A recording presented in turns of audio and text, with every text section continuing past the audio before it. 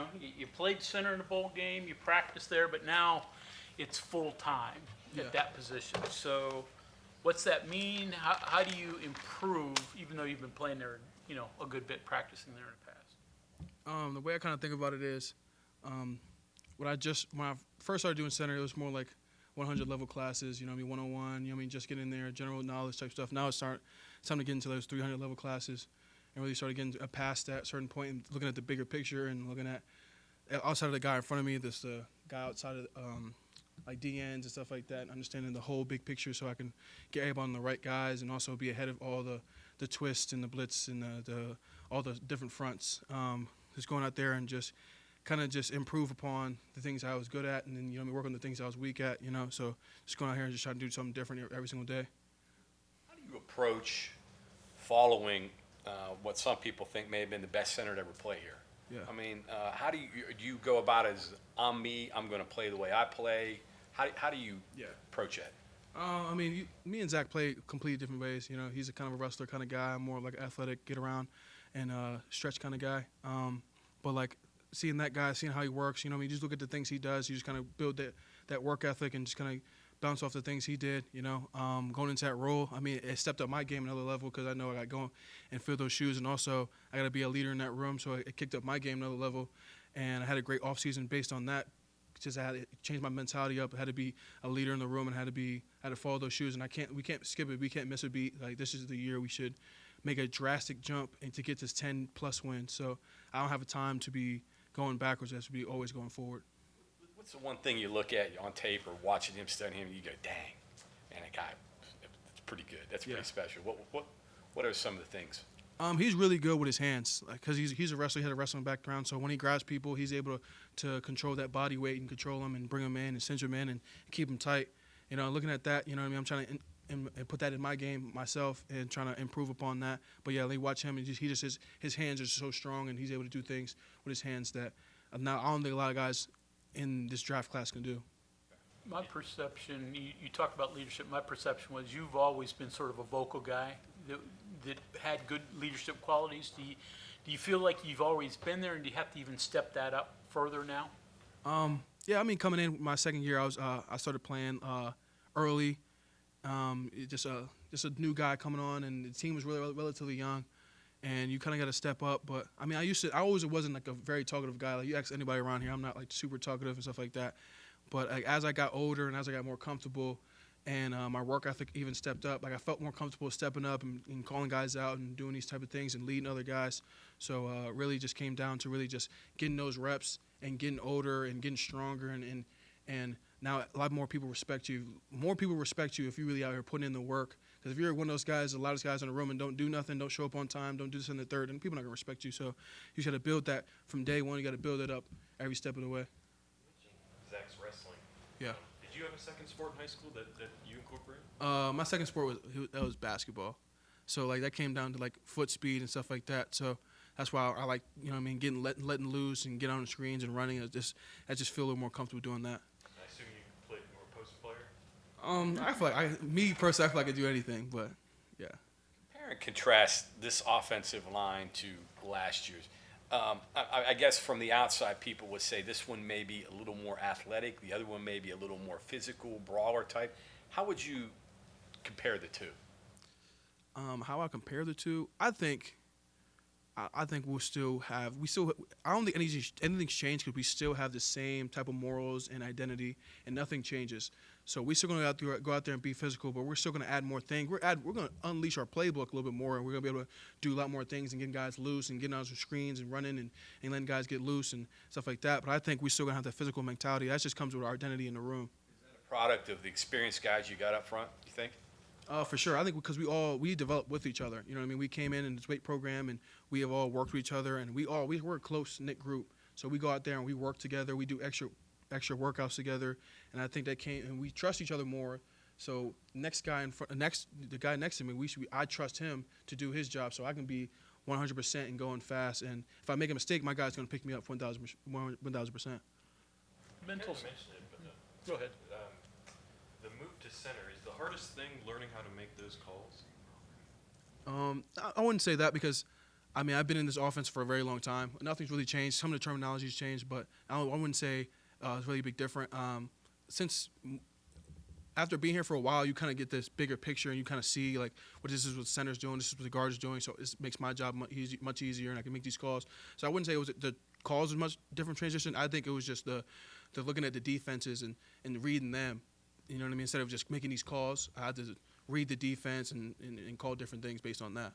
And then how big was it that you played the bowl game at center, so now coming into this year, you at least know what it's like for, you have that one game point of reference. Yeah. I think that was huge. Coach talked about it like that bowl game was kind of started the 2024 season, and really went out there and kind of used it as like, oh, this is for next year, and just really just see where I'm at and see what any things I need to work on. And I think I did pretty well in the bowl game for coming in kind of short notice and stuff like that. So I think it really worked out pretty well. Speaking of short notice, biggest challenge of your career was that last drive against Baylor when you had to go in. Walk us through that. I mean, that had to be frenetic. It had to be pretty hectic.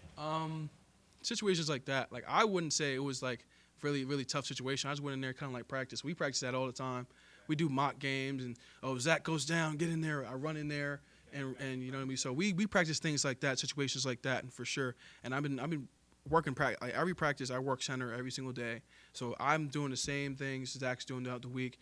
He goes in for a couple of plays. I go in for a couple of plays. I get the front calls. He gets the front calls. So I'm doing everything. That whole week I was doing things like a right guard, and I was doing things like a center. I do things like a left guard. I do things in my brain, like, kind of like the whole starting. So anybody goes down, I can do anything, and that was my thing. Were you on the field and switched over? Is that what happened? No, I was on the sideline. I was still in kind of concussion protocol, so I was still doing limited reps.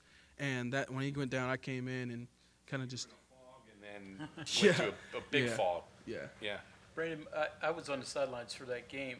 It looked to me like you didn't have your helmet on you initially. You had to grab your helmet and everything's going. Am I right? Yeah, because I think we just finished a drive, and I think we just got the ball back. I was down, like I was probably down 20 yards all the way down here, and then I saw Zach go down, and then I saw him get up kind of slow, so I immediately started running down. So I knew already I had to come in, so I started running down already. Okay, question away from football. I understand you had an interesting spring break. Yeah. So walk me through your missionary trip. Just really that. When I think about the mission trip, I think about I was blessed to be in a position playing football and seeing this world, and really we're in a really privileged situation, and going over there, you really see people that really have it different than you. I seen kids living in sheds. Only people that can protect them was 3 guard dogs. You know what I mean? So you go over there and see that, and you're able to help them and give them a helping hand. I would do that 1,000% again and again and again. And I think I'm just in a really privileged and blessed position to really be able to go out there and lend a helping hand and use my body to be a vessel for God. And I think that was huge for me. And we can look at it and just come back here and kind of use that in my development. You know what I mean? All these things. And I'll say football practice is hard. Just imagine you don't know what you're gonna eat that night, and and who's gonna come home and protect you, and if I'm gonna have clean water that day.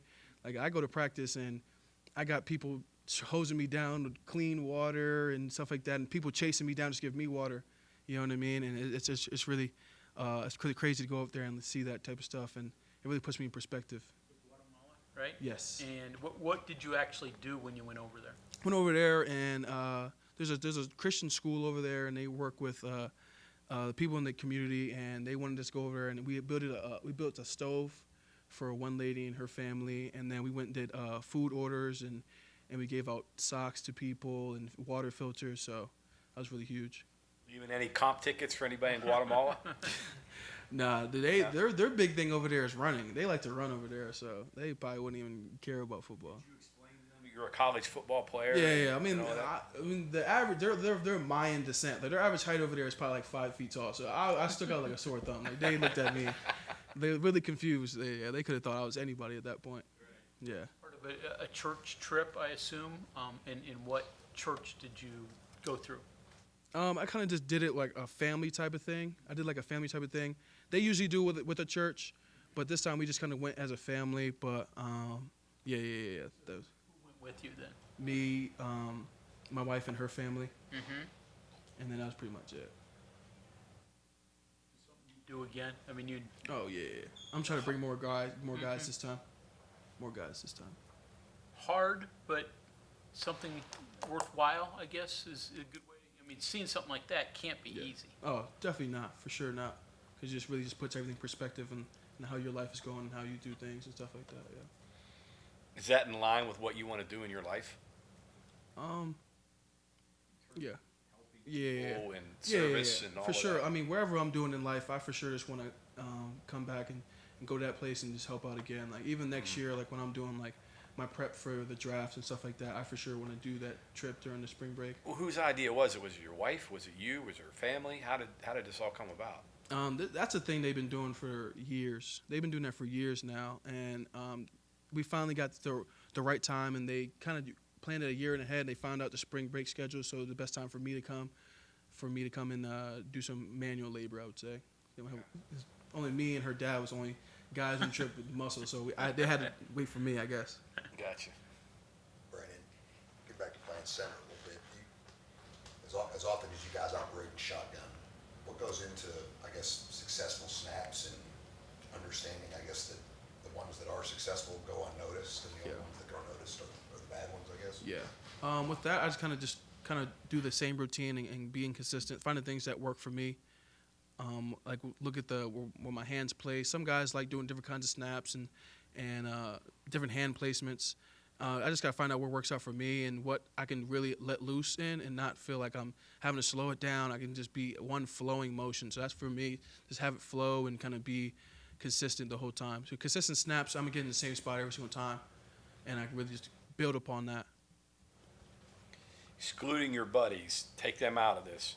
Give me some guys that are jumping out at you this spring that you're like, whoa, they've made a big jump, or people that we don't know about that are going to possibly make a difference next year.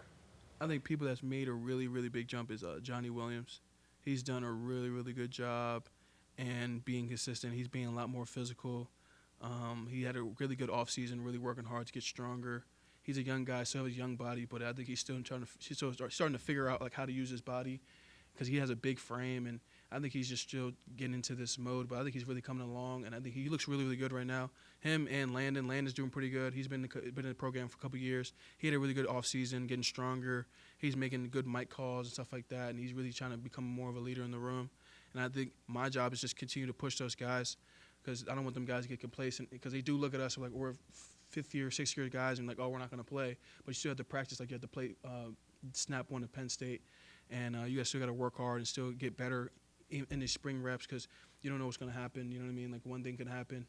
And Going against who's going against that you're like, whoa. I think our defense right now looks really, really, really good.